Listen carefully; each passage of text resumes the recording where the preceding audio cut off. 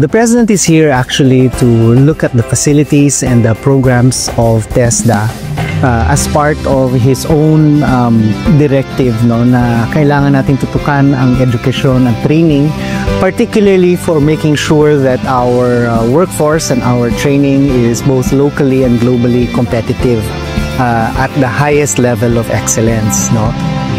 But the range siguro na dapat malaman ng publiko is that the training moves from lower level NCs to what is now being required of us by the directives rin of the Office of the President.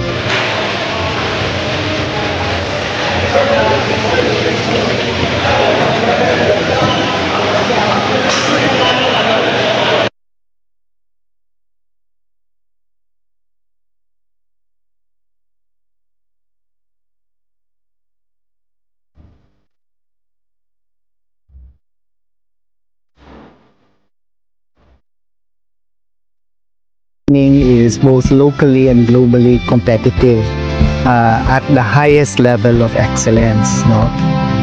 But the range siguro na dapat malaman ng publiko is that the training moves from lower level NCs to what is now being required of us by the directives rin of the Office of the President of higher level, higher skilled for greater productivity of our workforce.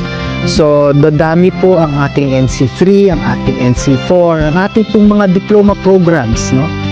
Kaakibat po natin dyan ang CHED to make sure na ang ating Philippine Credit Transfer System ay gumagana para po sa mas maigi at mas malawak, no, na seamless pathway po for our workers in terms of lifelong learning.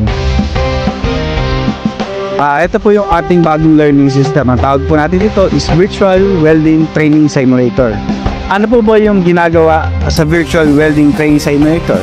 Kagaya po sa ating traditional welding, bago po namin papuntahin ang bata do sa ating training program sa actual welding, ginagawa po dito is pinapractice po namin sila. At ang kagandahan po dito is economical. Pagdating po sa expenses, makakasave tayo kasi po pwedeng ulit-ulitin ng bata yung kanilang skill hanggang sa ma-perfect po nila at ma-familiarize sila doon sa gagawin nilang skills demonstrations.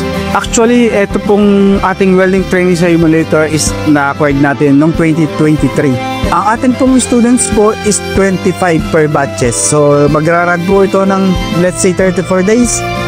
Ganun ka-clean period of time at the same time magiging qualified ka na po. Nakita ko po ang program ni TESDA sa Facebook po dahil scholar po ito at kahit malayo po ako, pinuntahan ko po siya para ma-avail. Ano po, unemployed po ako, bali naghanap po talaga ako ng skill na pwedeng pasukan. Nakita ko po si RTC Taguig na may scholarship program po, kaya na-avail ko po siya at napili naman po ako na makuha sa welding. Advance po lahat ng machine po namin dito, lalo na po ang simulator. Dito po makikita nyo po ang mga possibility na mali sa ginagawa niya sa pag-welding.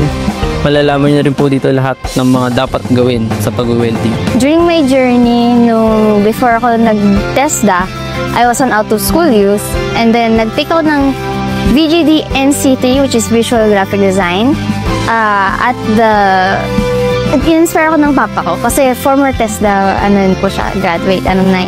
So, during the training from TESDA, ang tinuturo po sa amin is yung mga fundamentals from yung learning what the programs we need to be able to use, as well as yung mentality, at saka try as well is speed kasi importante po yung speed sa competition na rin. And then, after that po, yun na po yung focus namin as well on the training kasi nasimulan na during sa VGD NC3 ko po. I am extremely grateful and elated na meron tayong gantong programs kasi kung hindi po dahil dito, hindi ko malalaman, hindi ko ma-find yung niche ko po, kumbaga. Ibig sabihin, dahil doon, ngayon alam ko na pwede ako mag-graphic design, alam ko yung world skills na yan, competition na yan. It gave me a lot of opportunities to not only express myself but shine the brightest I can be.